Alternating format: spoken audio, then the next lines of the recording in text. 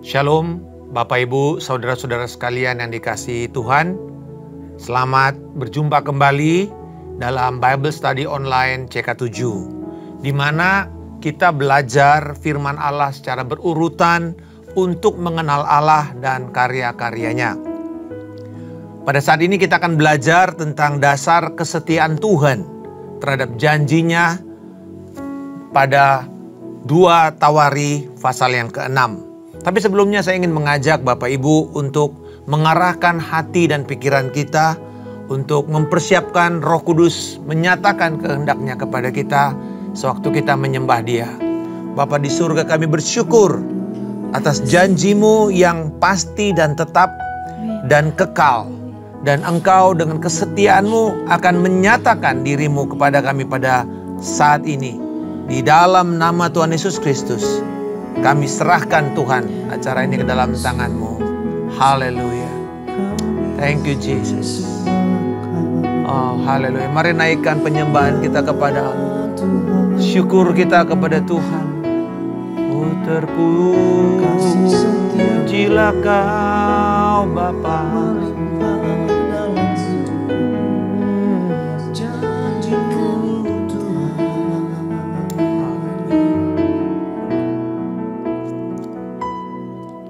Ketika ku hadapi kehidupan ini,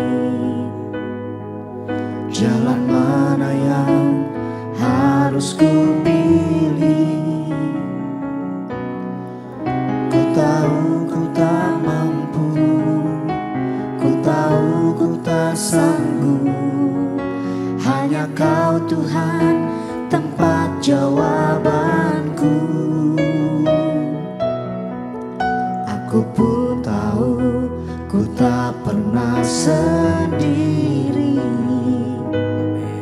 sebab Engkau Allah yang menggendongku. Tangan-Mu membelaiku, cinta-Mu memuaskanku. Kau mengangkatku ke tempat yang tinggi. Janji-Mu seperti fajar pagi hari, dan tiada pernah terlambat bersinar. Cinta-Mu seperti sungai yang mengalir, dan ku tahu betapa dalam kasih-Mu.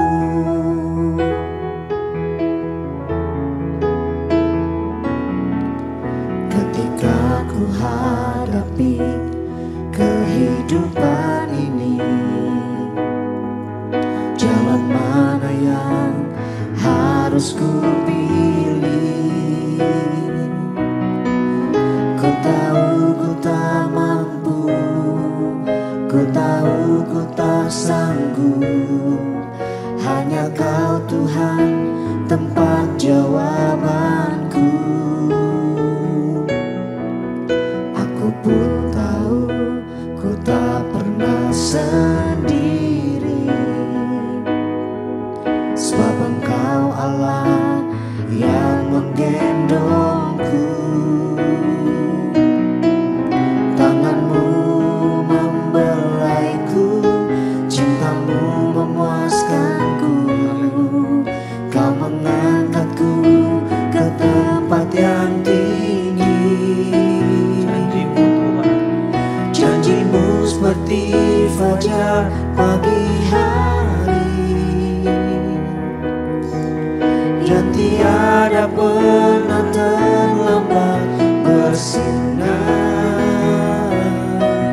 Cinta-Mu seperti sungai yang mengalir,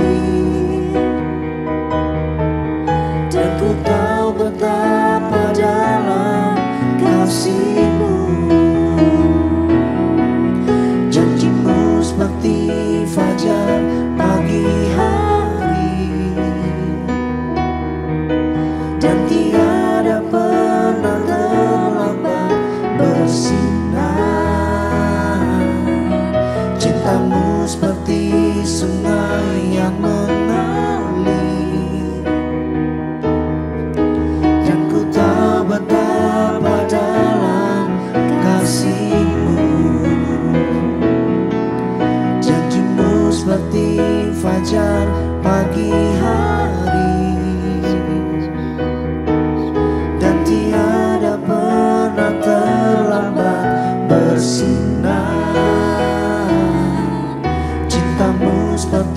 sungai yang mengalir,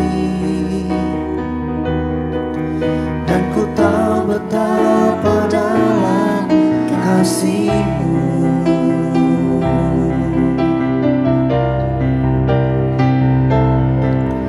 Janji-Mu seperti fajar pagi hari, yang tiada pernah terlambat bersinar. Cinta-Mu seperti sungai yang mengalir, dan ku tahu betapa dalam kasih-Mu. Dan ku tahu betapa dalam kasih-Mu. Dan ku tahu betapa dalam kasih-Mu.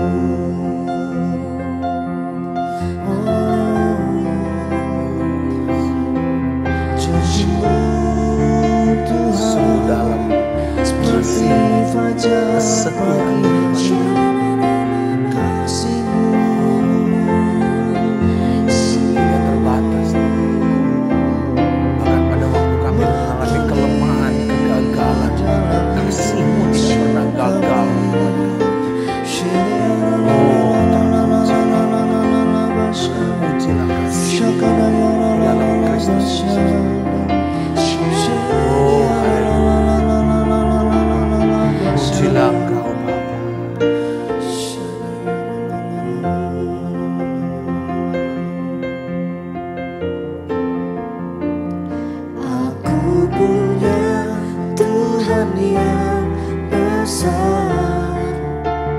Yang telah berjanji dan sanggup menggenapi, imanku bersepakat percaya kuasa-Nya. Amin. Benar Tuhan. Ku terima sekarang. Terimalah janji Tuhan ini. Terima kemenangan yang Tuhan sudah sediakan dalam janjinya, dalam firman-Nya. Oh, terpujilah Kau Bapa yang menggenapi janji. Haleluya. Menggenapi, imanku bersepakat percaya kuasa-Nya. Ku terima sekarang kemenangan dari-Mu.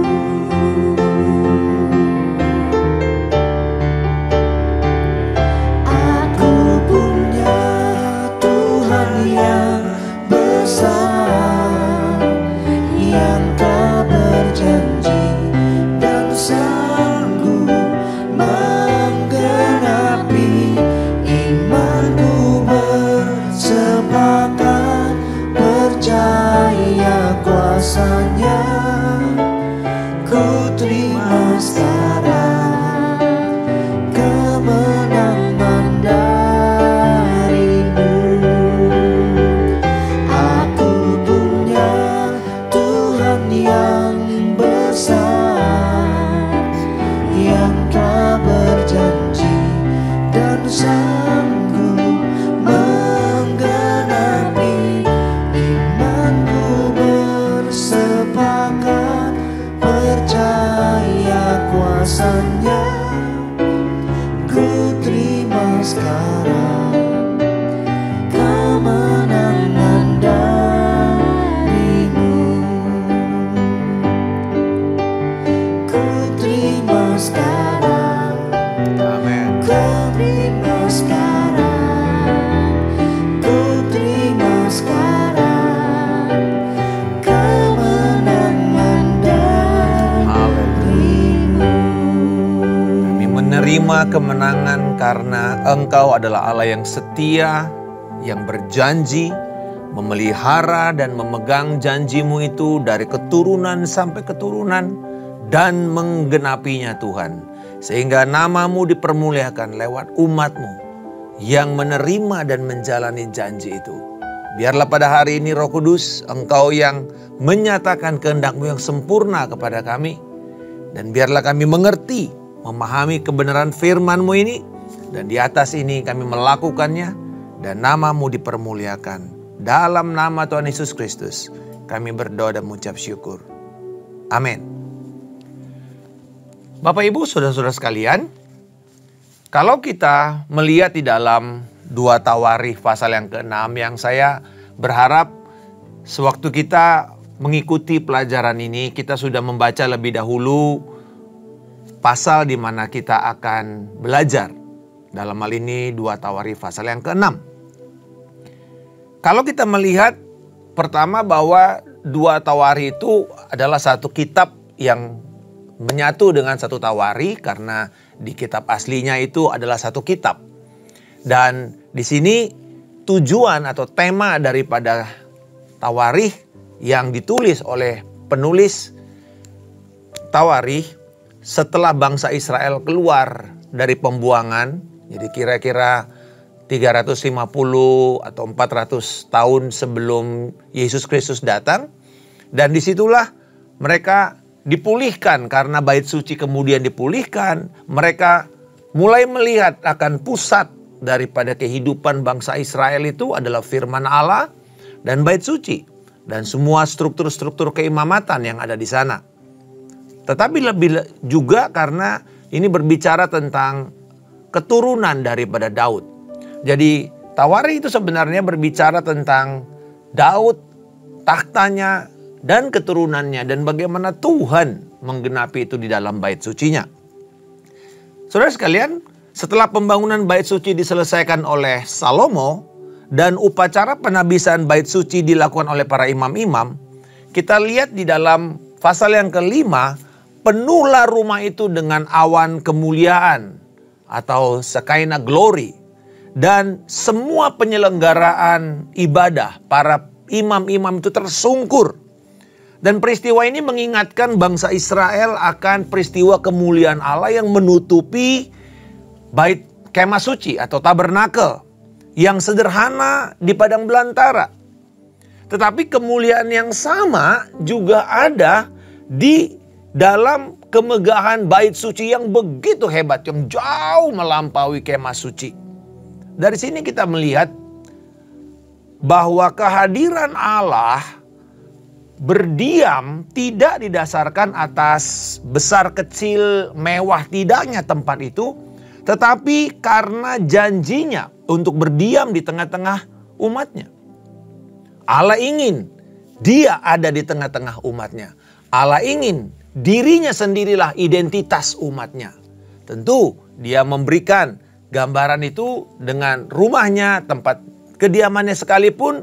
Kita tahu bahwa Salomo berdoa dan mengatakan tidak ada sebenarnya tempat yang paling megah sekalipun untuk bisa menjadi tempat peristirahatanmu. Tetapi Tuhan memilih, Tuhan berkenan. Kenapa? Nah, mari kita akan melihat apa yang didoakan oleh Salomo tentang janji Allah. Di dalam ayat yang ke-9 kita melihat Allah yang berjanji. Lalu kemudian yang kedua, ayat Allah yang mengingat atau memelihara janji-janjinya hingga turun-temurun. Di ayat 14, 15a dan 16. Lalu kemudian Allah yang menepati janjinya. Ayat 10 dan 15b. Jadi Allah yang berjanji, Allah yang mengingat atau memelihara janji-janjinya, dan Allah yang menggenapi janjinya. Kita lihat di sini bahwa Allah berjanji kepada Daud. Bahwa Daud punya keinginan membangun bait suci, tapi Tuhan mengatakan bahwa bukan kepada kamu, tetapi kepada anakmu lah nantinya engkau akan mendirikan bait suci itu. Dan dia yang akan menyelesaikannya. Tetapi dikatakan di sini ayat 10, Tuhan menepati janji yang diucapkannya. Mari kita lihat fokus kita di dalam ayat 14, 15. Sambil berkata, ini doa Salomo, ya Tuhan Allah Israel, tidak ada Allah seperti engkau di langit dan di bumi. Engkau memelihara perjanjian dan kasih setia kepada hamba-hambamu yang dengan segenap hatinya hidup di hadapanmu. Engkau yang telah berpegang pada janjimu terhadap hambamu Daud, ayahku, dan yang telah menggenapi dengan tanganmu apa yang kau firmankan dengan mulutmu, seperti yang terjadi pada hari ini. Maka sekarang ya Tuhan, Allah Israel, peliharalah apa yang kau janjikan kepada hambamu Daud, ayahku, dengan berkata, keturunanmu takkan terputus di hadapanku dan tetap akan duduk di atas tahta kerajaan Israel, asal anak-anakmu tetap hidup menurut hukumku, sama seperti engkau hidup di hadapanku. Maka sekarang ya Tuhan, Allah Israel, biarlah terbukti kebenaran firman-Mu yang telah kau ucapkan kepada hambamu Daud. Allah berjanji akan menggenapi firman-Nya kepada Daud dan keturunannya pada waktu mereka hidup dalam ketaatan. Tetapi apa yang menjadi dasar Allah berjanji? Ada kata yang menarik di sini berkaitan dengan pemeliharaan janji Allah, yaitu kasih setia. Kasih setia. Ayat ini sebenarnya kata ini berasal dari kata Ibrani chesed.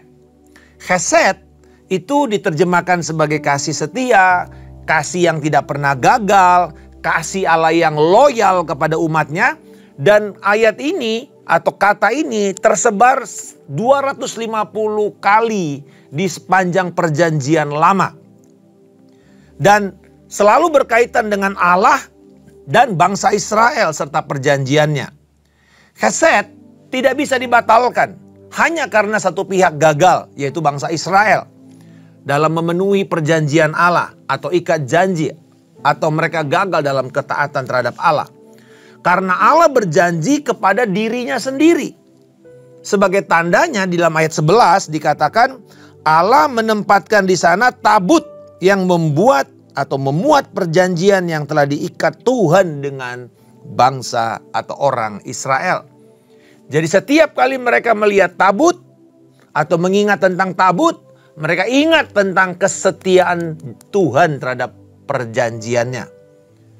Kalau terus kita melihat dan menyaksikan apa yang didoakan oleh Salomo tentang bait suci, karena di situ menjadi pusat dari kehidupan bangsa Israel di perjanjian lama, kembali ia bermohon kepada Tuhan untuk mengingat, memelihara dan menggenapi janji-janjinya. Ayat 20-31 kita melihat di sini membaca bahwa Allah mengingat janjinya kepada bangsa Israel yang berdosa. Dan pada waktu mereka secara individu atau secara bangsa datang mengakui kesalahan mereka di bait sucinya, ketika mereka terpukul kalah, lalu kemudian mereka berbalik dan bertobat. Ketika mereka dihakimi dengan kekeringan, kelaparan, wabah penyakit karena dosa mereka, lalu mereka bertobat di bait suci itu, Tuhan mengingat janji-janjinya dan memberikan pengampunan. Dan memulihkan tanah mereka. Dan memberikan kembali berkatnya. Lalu dilanjutkan oleh Salomo. Kesetiaan Tuhan memelihara janjinya kepada, bukan hanya kepada bangsa Israel, tapi bahkan kepada bangsa-bangsa lain. Kepada negeri, walaupun mereka ada di negeri lain nantinya. Tetapi Tuhan mengingat kesetiaannya itu. Di dalam ayat 32-39. Salomo berdoa, Tuhan, bila ada orang asing datang berdoa. Artinya orang-orang ini bukan bangsa Israel, tapi mengakui Yahweh sebagai Allah. Dan kehadirannya dalam hidup mereka. Mereka orang-orang yang dikenal di dalam istilah perjanjian lama, orang-orang yang takut kepada Allah. Bukan bangsa Israel secara fisik, secara keturunan darah, tapi mereka mengikatkan diri untuk percaya kepada Yahweh seperti Ruth, seperti Rahab. Orang-orang yang bukan orang Israel tetapi mereka percaya kepada Yahweh. Nah, bila mereka berdoa dikatakan di bait suci ini, Tuhan akan menjawab karena kesetiaan Tuhan kepada Israel dan kepada janjinya bahwa melalui Israel keturunan Abraham menjadi berkat kepada seluruh bangsa yang ada di muka bumi.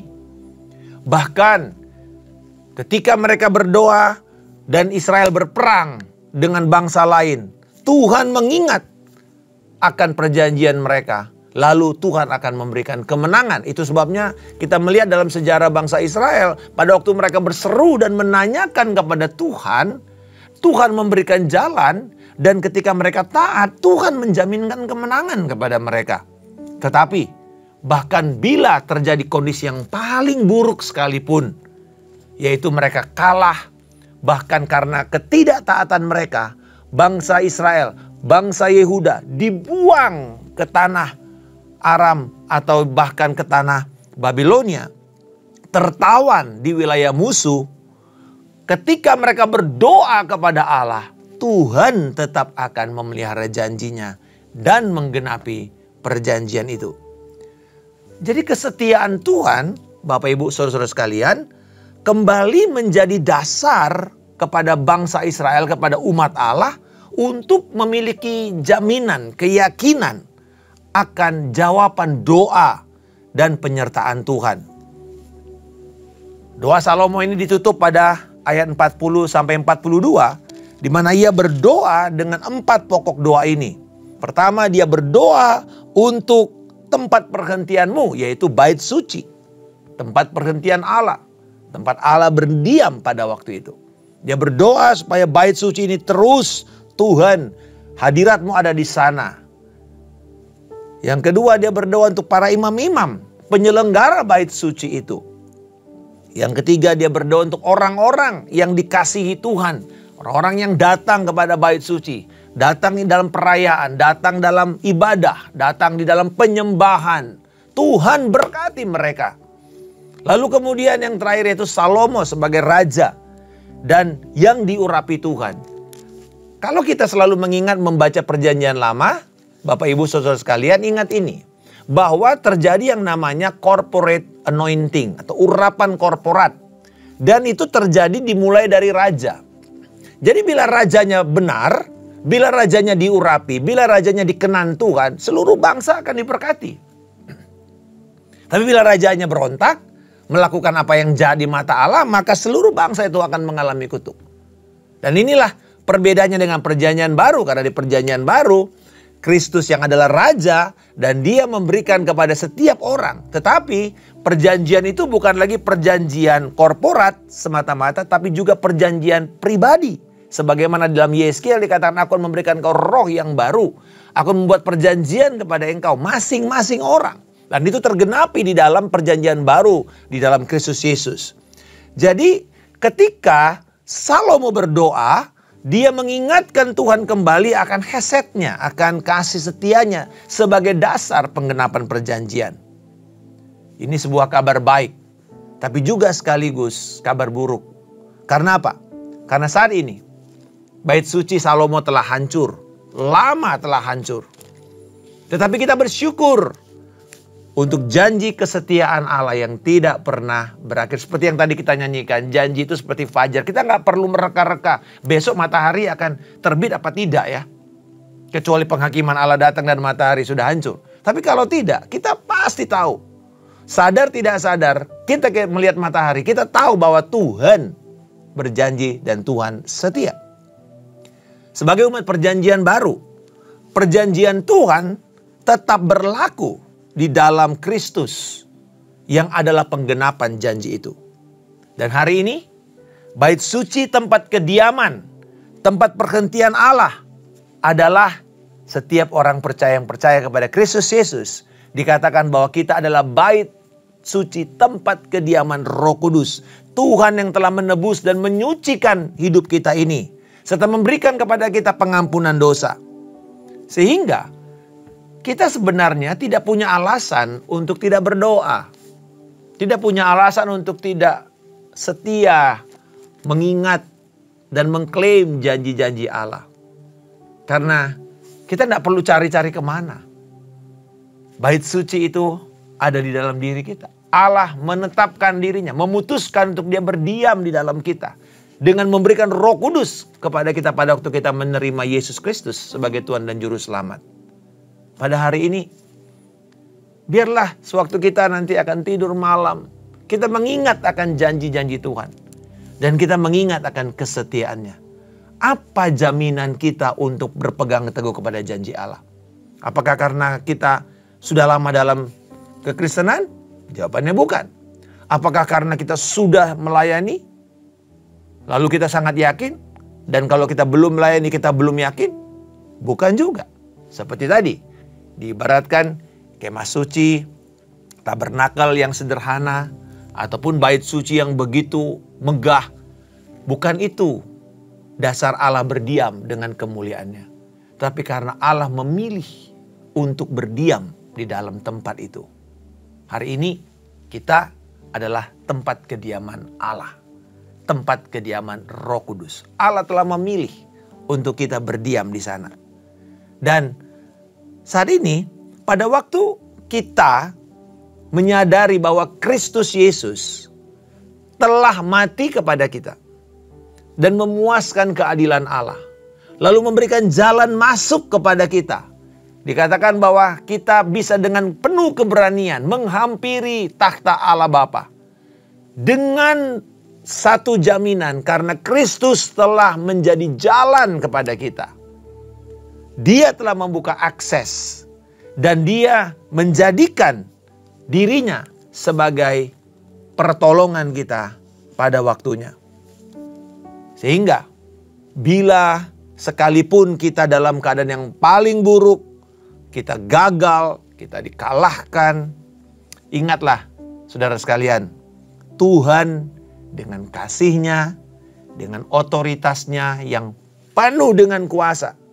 Seperti kita katakan, aku punya Tuhan yang besar, yang sanggup mengalahkan segala sesuatu. Otoritasnya begitu besar. Di dalam firman-Nya,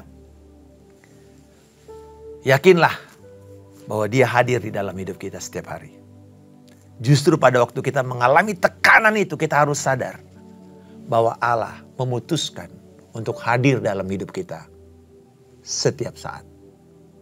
Bukan nanti, bukan kemarin semata-mata, tapi even sekarang ini. Saya ingin menutup dengan 1 Yohanes pasal yang kedua ayat 1-2. Rasul Yohanes menulis kepada jemaat yang pada waktu sedang mengalami pergolakan, aniaya, mengalami tekanan berat karena iman mereka. Sama seperti dia yang juga dianiaya, bahkan nanti kemudian dibuang di Pulau Patmos. Apa yang dia tuliskan? Anak-anakku, hal ini kutuliskan kepada kamu, supaya kamu jangan berbuat dosa.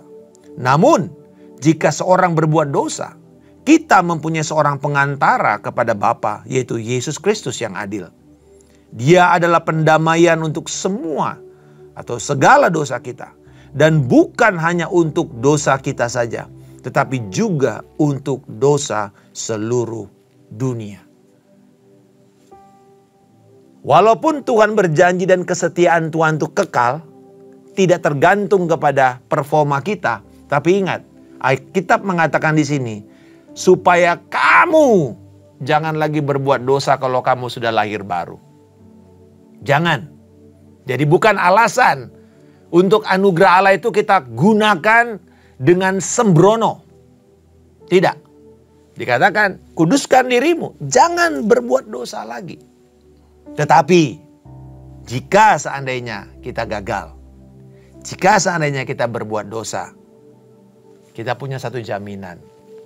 Seorang pengantara kita dengan Bapa, yaitu Yesus Kristus yang adil, yang benar. Artinya, Yesus dengan ketaatannya telah memenuhi semua tuntutan kebenaran Allah yang kita gagal di sana.